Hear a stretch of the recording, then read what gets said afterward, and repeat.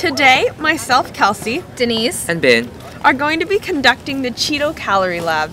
The purpose of this lab is to find out the heat content of a Cheeto using calorimetry techniques. The mass of the Cheeto before it was ignited was 1.19 grams. The initial temp of the water was 20.8 degrees Celsius. The volume of the water was 100 milliliters. So we have lighted Cheeto, and the flame is transferring the energy into the water in the can. The reaction is taking place, turning the sugar into carbon, which is the black stuff.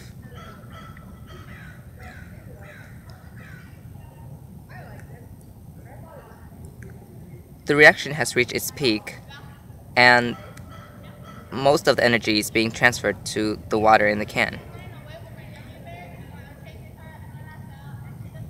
Now that most of the energy has transferred, the reaction is dissipating. the final temperature of the water was 36.2 degrees Celsius, making the change in temperature 15.4 degrees Celsius. So just how much energy was released? Well, using the equation Q surroundings equals mc delta T, we can calculate that. There is 100 grams of water times the specific heat of water, 4.184 joules per gram degrees Celsius, times the temperature change, 15.4 degrees Celsius, we get 6,440 joules per 1.19 grams of Cheeto.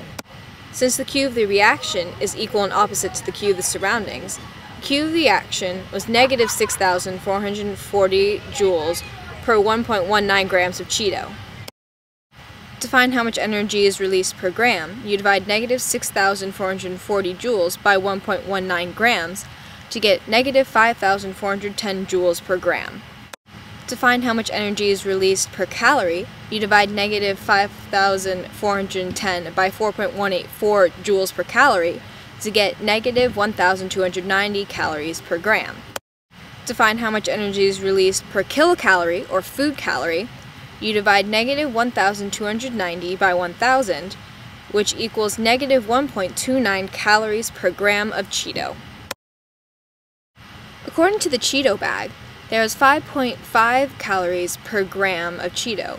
So to calculate our percent error, we subtract our answer, 1.29, from 5.5 and divide by 5.5 again. Then multiply times 100% to get 76% error. Our percent error is so large because much of the energy in our experiment was lost to the surrounding area, tinfoil, can, and other surroundings, so not all was transferred to the water, giving us a large percent error.